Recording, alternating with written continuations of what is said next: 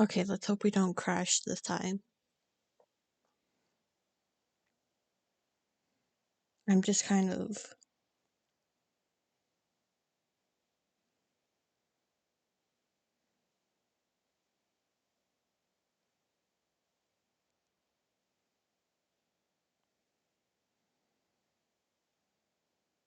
promoting.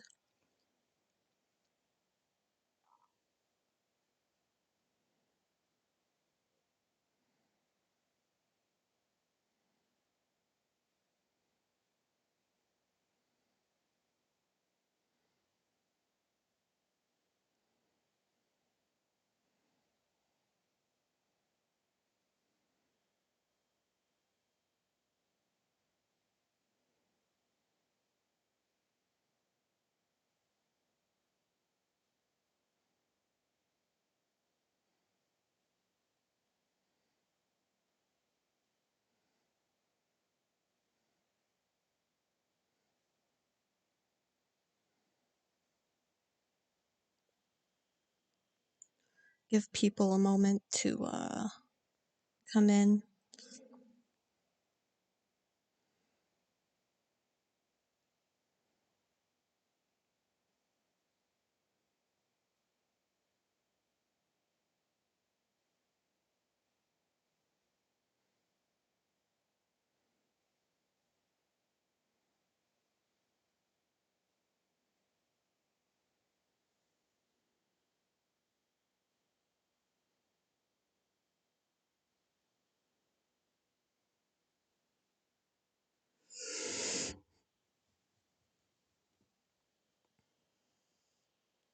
Okay, well, so I'm going to be talking about my hysterectomy I got at 22 years old.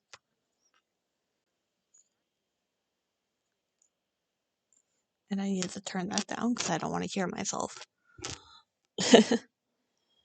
Anyway, so for the longest time, I've never wanted children.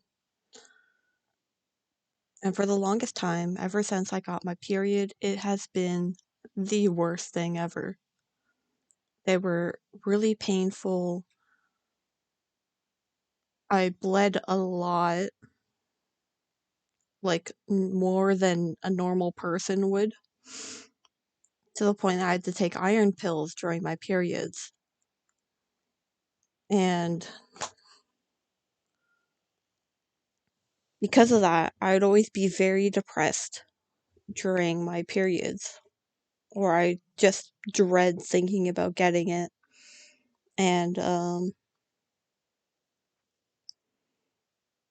around grade 8, I started playing around with my gender identity, pretending to be a guy at school and stuff, wearing suits, cutting my hair short, and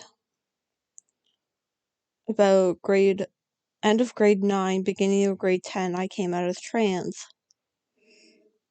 And since then, I've discovered I was non-binary, and the one thing stayed the same was no matter what, I was getting surgery done. At the time, I didn't know what it was called, but I was definitely getting a surgery done. Hello, Aqua.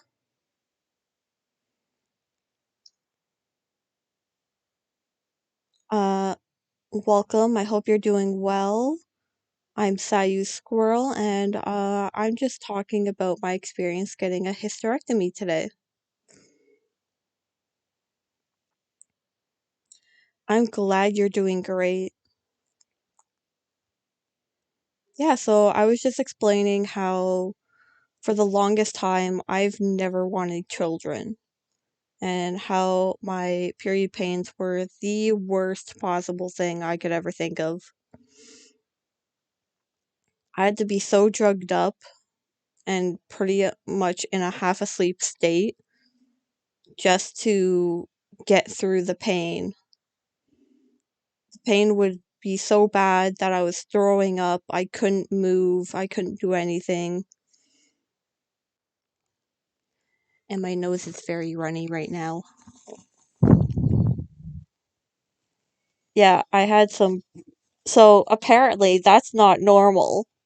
And if your period pains are that bad, you should go see a doctor about it. I learned that much later in life.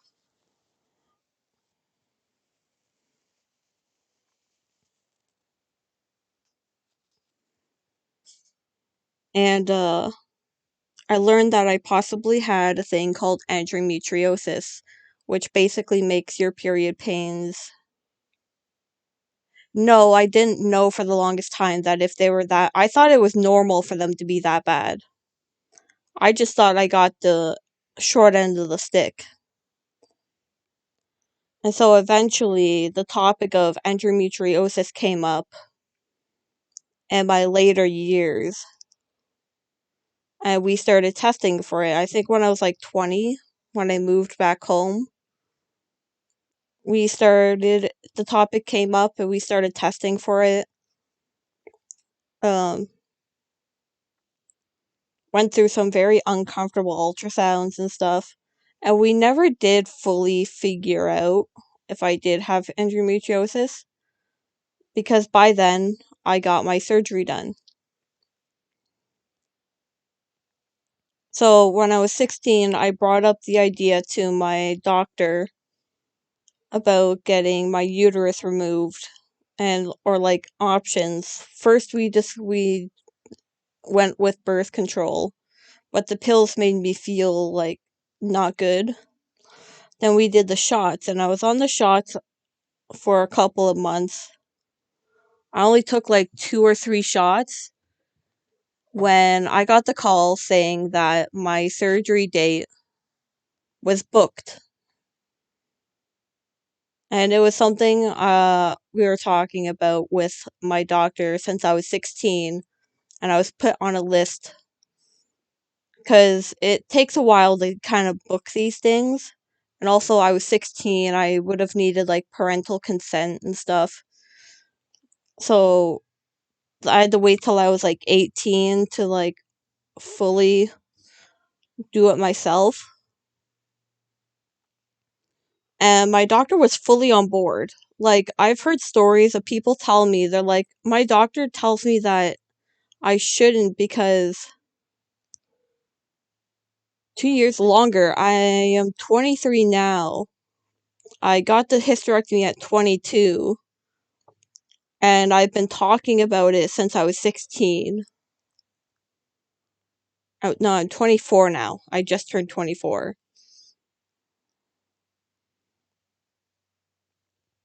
Yeah, and I've heard stories of people telling me, like, my doctor won't let me get it because what if I want kids in the future and stuff like that. And I'm like, that's bullshit. I've never wanted kids. That's. Thank you. Uh, that was one thing I never wanted was children. I don't like kids.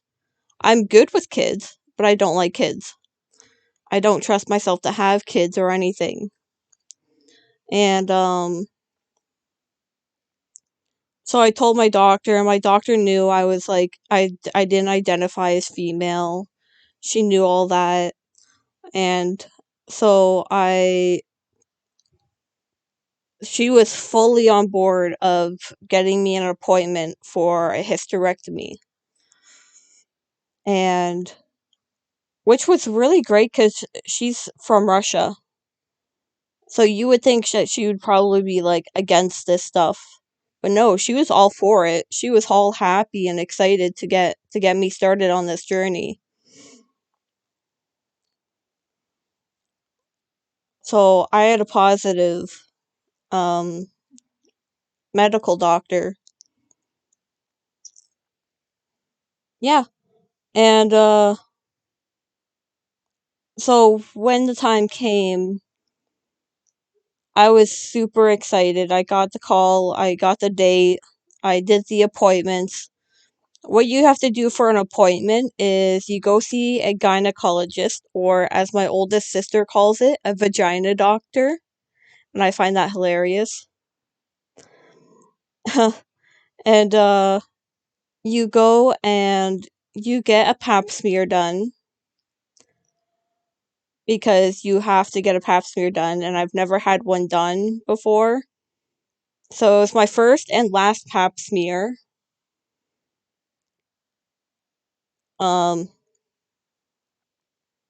That's where they stick this like thing that opens you up in you, and they take a little like uh really long like Q-tip, and they kind of swish inside of you, and then they send it off to see if you have like cancer or anything.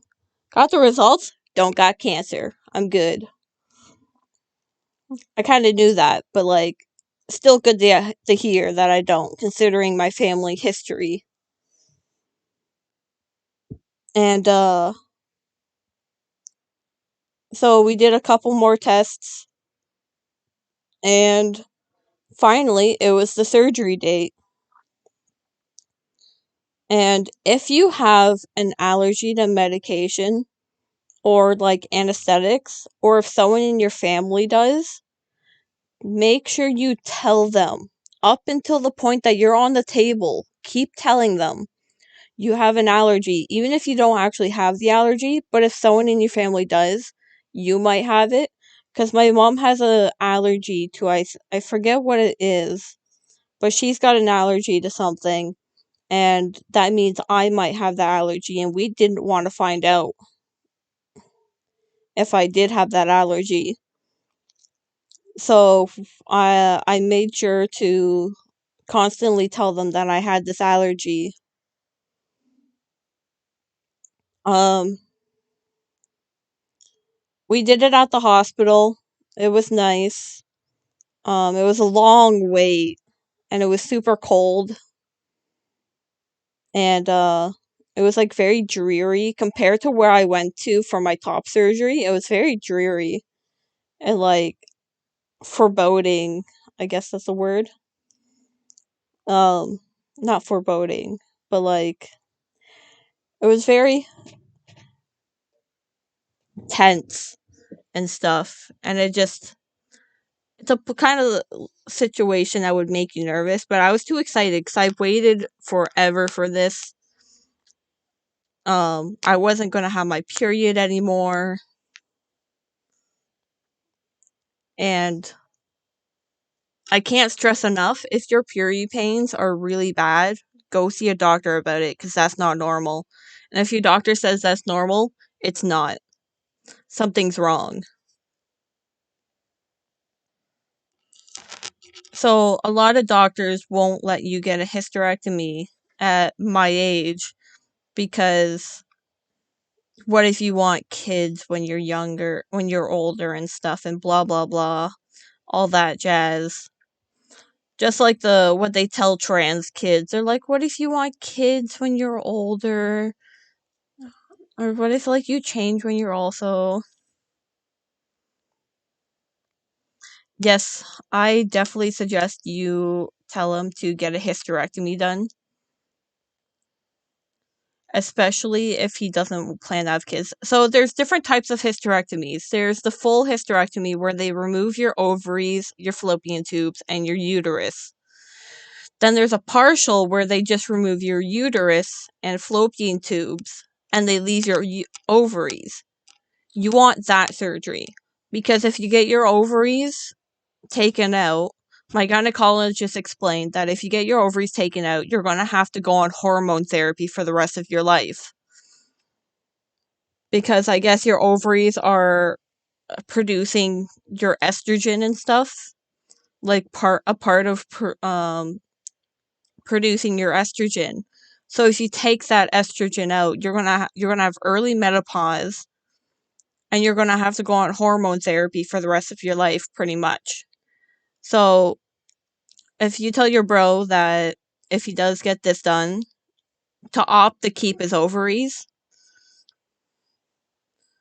because it'll be easier than having to go through early menopause and getting hormone therapy and stuff. And so I'm glad that my gynecologist told me all that, because I would have opted to get rid of my ovaries as well. But when he was like, yeah, you might have to go through early menopause. Of course, that's why I'm doing this video, because the only way people will find out is if they actually go to the process. And not a lot of doctors are very informational. Luckily, I had some very informational doctors that, especially with how young my age is, they wanted to make sure this was what I wanted. And I understood everything. And I was like, yes, I understand. I want this. And so they prep you, you're on the table, they knock you out, and they put you in a position as if you're giving birth. Because what they do is they did a non-invasive. So what I thought they were going to do is I thought they were going to cut my stomach over like they do a C-section, and they remove my uterus that way. I thought that's what was going to happen. No, what happened actually was a non-invasive 3 cuts, one in my belly button for the light to go in, and 2 on the side for the tools to go in. And they went, cut it out, and they pushed it out. And so I gave birth to my uterus. And then they stitch you up. Sorry, I got a notification. They stitch you up, and that's that. It's non-invasive, and it heals really well. And I felt amazing, but that's because I was really high as fuck after my surgery. And so you have to be on bed rest for a couple days, and then you gotta get up and start walking around. Yeah, straight up. So I come out, they bring me out, because you can't go in to go. It was during COVID, so they couldn't come in and get me. They had to wait for me. And they brought me out, and then my mom's like, how do you feel? I'm like, I feel amazing. She's like, yeah, you're high as fuck. And I was like, no, I don't think I'm high. I just feel really good. She's like, yeah, you're high as fuck.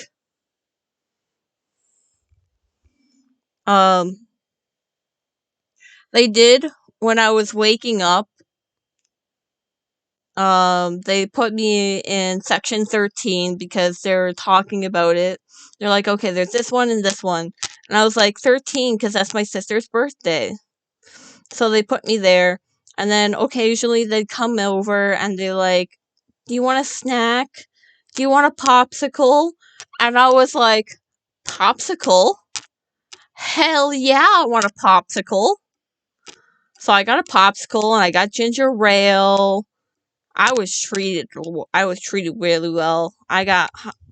It was great. I had to get up and go to the bathroom a couple times because they cannot release you until you've gone pee because of the catheter they put in. So sometimes, depending on the surgery, you have to wait till you've gone poo. And I'm like, good thing I didn't have to, because this was a time when I would go like once a week, not even. So I'm like, good thing I didn't have to wait till I took a shit. And yeah, so I went to the bathroom and they're like, don't be alarmed when you go.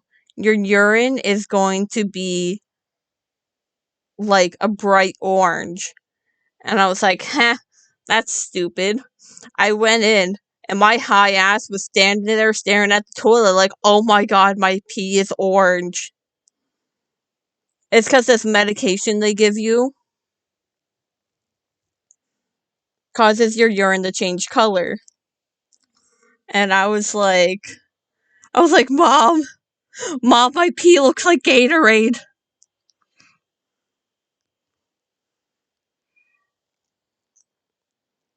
And, yeah, got home, relaxed. I was bloated for a couple days. I was bloated for a while. But, ever since I got the hysterectomy, it was the best decision of my life. Like, I've been just period pain free. I could wear white underwear. I could wear white pants without the worry of, like, the worry about what, like, bleeding through, and thank you. And yeah, I wanted to tell this story, and if anybody had any questions,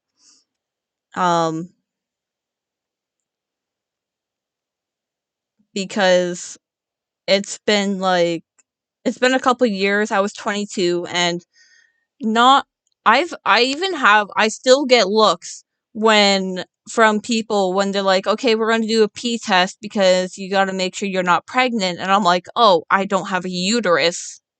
And they look at me. I'm like, yeah, I had a hysterectomy done. And they look at my mom like, is this true? Kino! Kino, huggies. Aqua, this is my big brother Kino.